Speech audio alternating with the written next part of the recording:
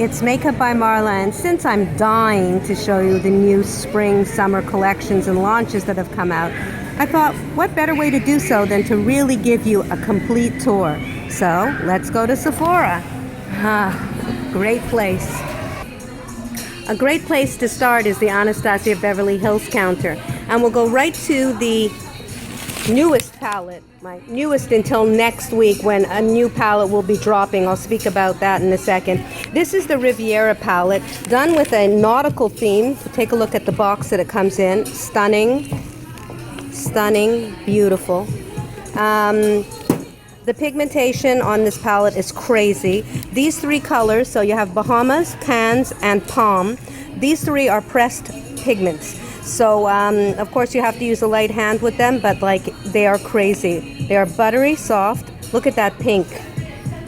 The hot pink stains, of course, it's very hard to get a hot pink or a purple that doesn't. But, oh, are you kidding me right now? Look how this layers. I mean, it's just incredible. Incredible. And the shimmers are to die for. Like, stunning, stunning, stunning, stunning.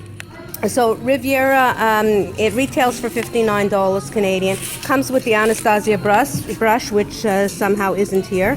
Anyway, but next week, do not miss the Anastasia Beverly Hills collaboration with the hottest queen out there, and she is a beauty, Alicia Edwards.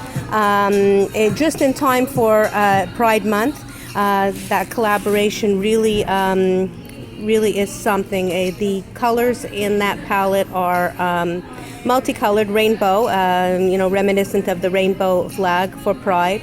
And I think it's wonderful that ABH is helping to celebrate this wonderful Pride Month.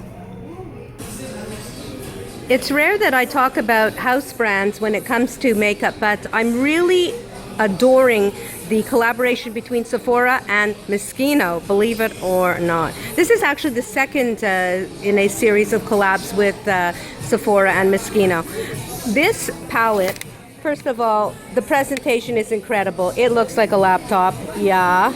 The colors, I mean, look at that.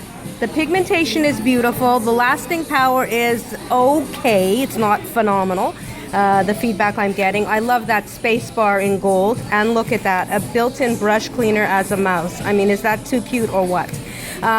Retails for $79 for 30 pretty pigmented shadows.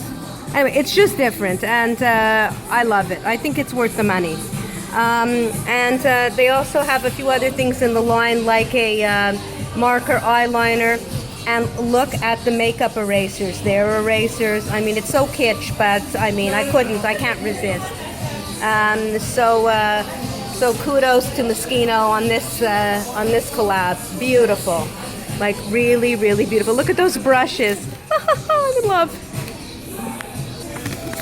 There's not a great deal that's new from Too Faced. There's their new Better Than Sex eyeliner, which is meh at best. Big hype, not delivering as far as I'm concerned. They will have a new mascara coming out next week. I think it's Bad Girl or Good Girl or something of that nature. The name escapes me now. It has yet to be seen. We're waiting on some feedback from the makeup community. Don't have it yet, so let's keep our eye out. That should be next week. I am really liking the new mascara by Tarte, Big Ego. The brush, I mean, when you take a look at it, it screams Better Than Sex mascara.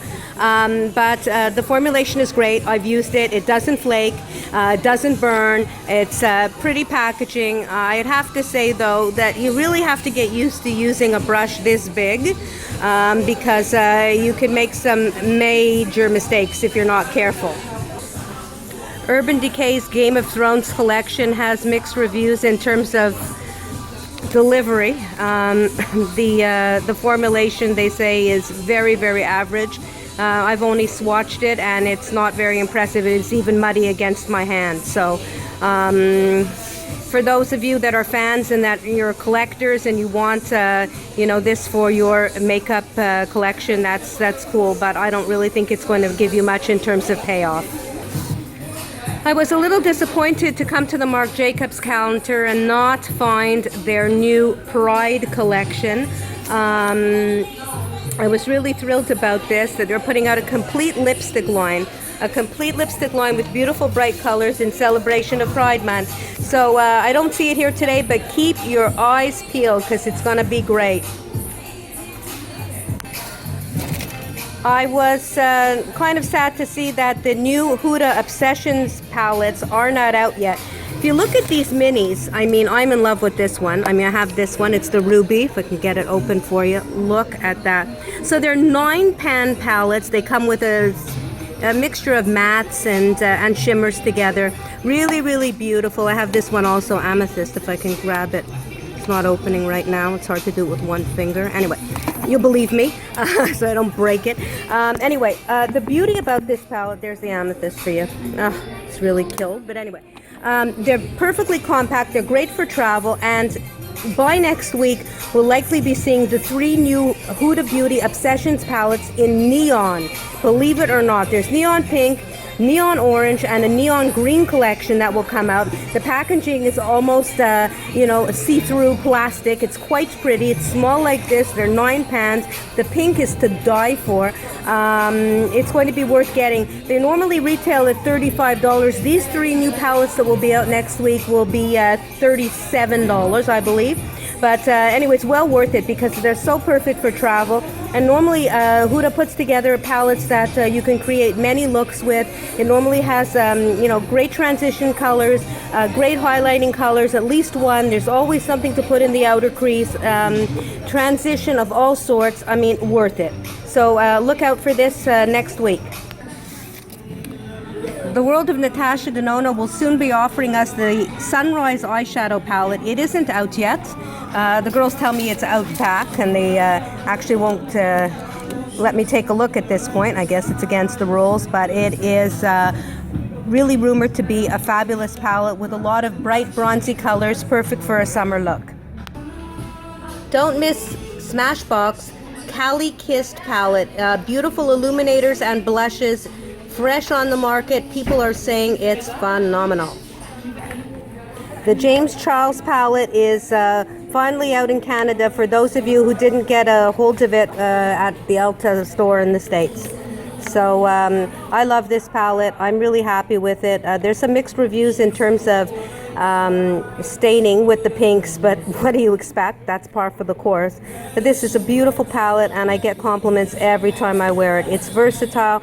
The only issue I have with it is it's like really a big palette, so forget about traveling with this. And sometimes when I'm putting on my makeup in the morning by my makeup desk, it's a bit awkward to keep this open because it's just so big. But if you can get past that, I think ergonomics are not so great on this palette, but everything else is. So this concludes our little Sephora trip. I'm going to avoid walking back in there because just last week I actually bought 2 palettes. The Born to Run by Urban Decay, which was it wasn't my fault. I mean, it's $64 and it went on sale for $39. So I just couldn't help myself. But it's a great palette because certainly that one has a mix of colors. Literally everything, that color story tells a story. And you can take it traveling, and it's just so versatile and beautiful. So it's not my fault. And also I did get the Riviera Palette. So that was enough for that week, this week. And likely next week, with all those wonderful launches coming out, I won't be able to stop myself. So I'll wait until then. Anyways, I'm going to get going, so I want to first and foremost wish all my readers and friends who are celebrating Pride Month to have a wonderful and joyous celebration, and show your colors and be proud, and more power to you.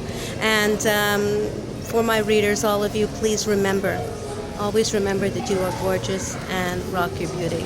Love you lots.